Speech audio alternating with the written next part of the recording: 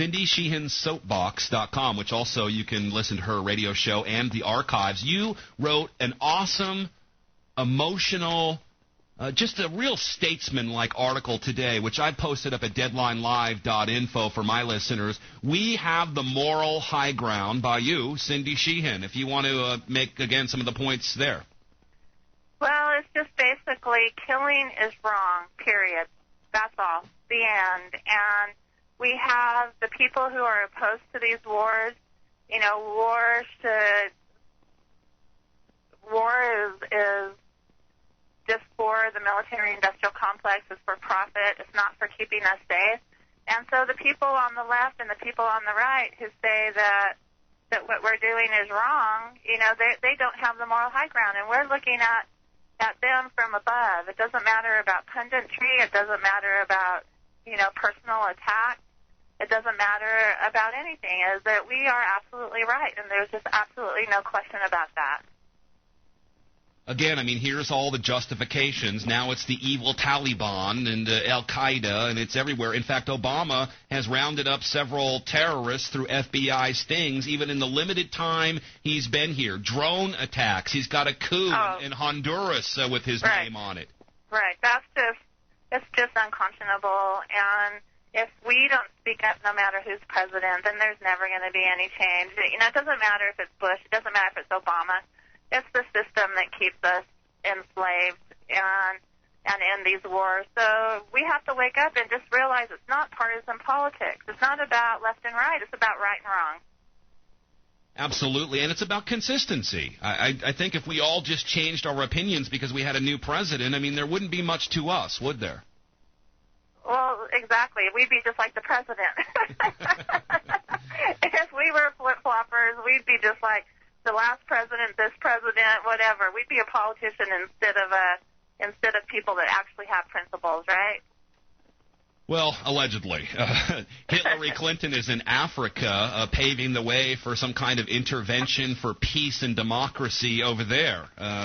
Again, I mean, wherever we go, people die. There's more death. I'm not to blame this on the United States of America, though we all share in this blame as we support this. But when are we going to hold these people accountable? And I have to ask you this, Cindy. Is it even possible to hold these people accountable when we're looking at Democrats with the trifecta here? Well, they're not going to hold themselves accountable, so it's going to have to be up to we the people to do it. And whether we do that through our protests, through withdrawing from their systems like I advocate, or creating uncomfortable situations for them where they have to change, because they're not going to hold themselves accountable, obviously. That's why I ran against Nancy Pelosi. She wouldn't hold the worst war criminal in American history accountable. So I ran against her to hold her accountable, and that's what we have to do.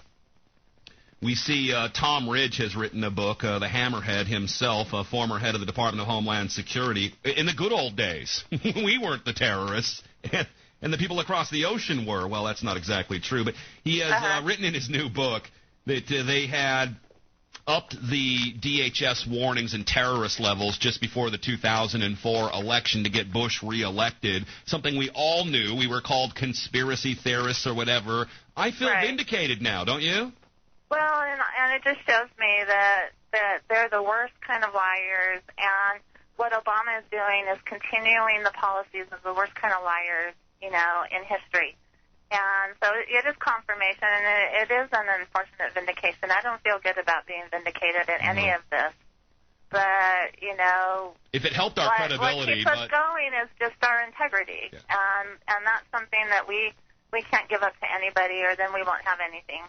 If it helped our credibility, it'd be wonderful, wouldn't it? But apparently, since we've been right most of the time, Cindy, you'd think we would have credibility anyway when the mainstream media was all out shilling for the war in 2001 and 2002, then reversed their course when it was populist, and now has reversed the course again. I mean, it's so amazing. Here we are, the same people. What is the end to all of this? And what is the end game? I mean, what can you see that we can do as Americans to finally get it through to these thick-headed skulls and bones in Washington that we don't want these wars anymore?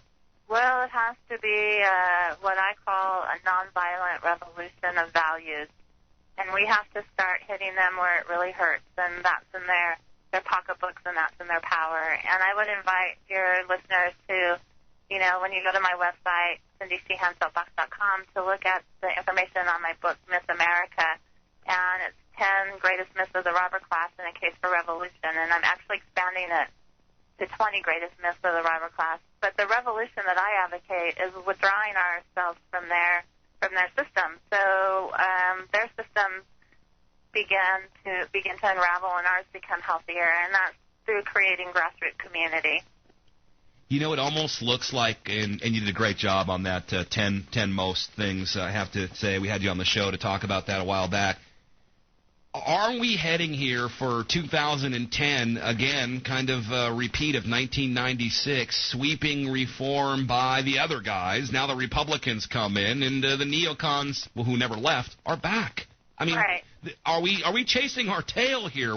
We've got to do something different. We've done all this stuff before. What can we do that's different, Cindy, to really get it through to these people? We're not supporting it anymore.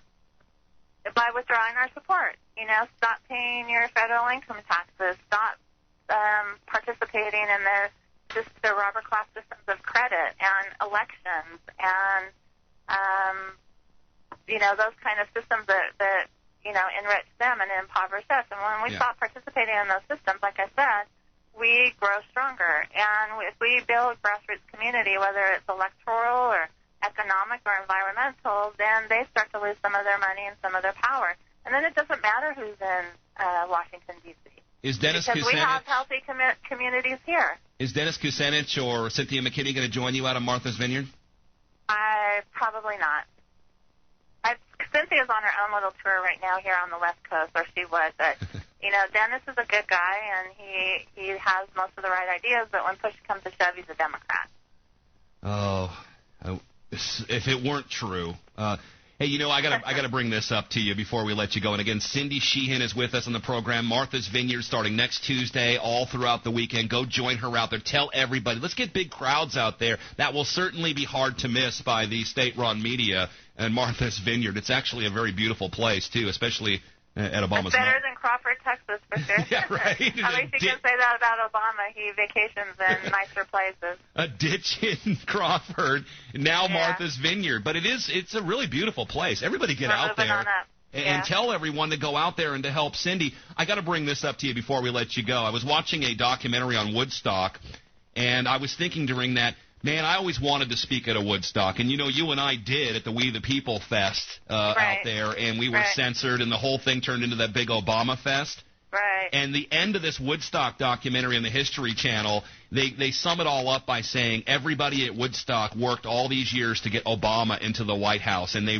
wove him into the end of the documentary as if Woodstock happened to put Obama in the White House. Well, and that's what Maya Angelou said, that he was the fulfillment of the African slaves that built the White House. I disagree.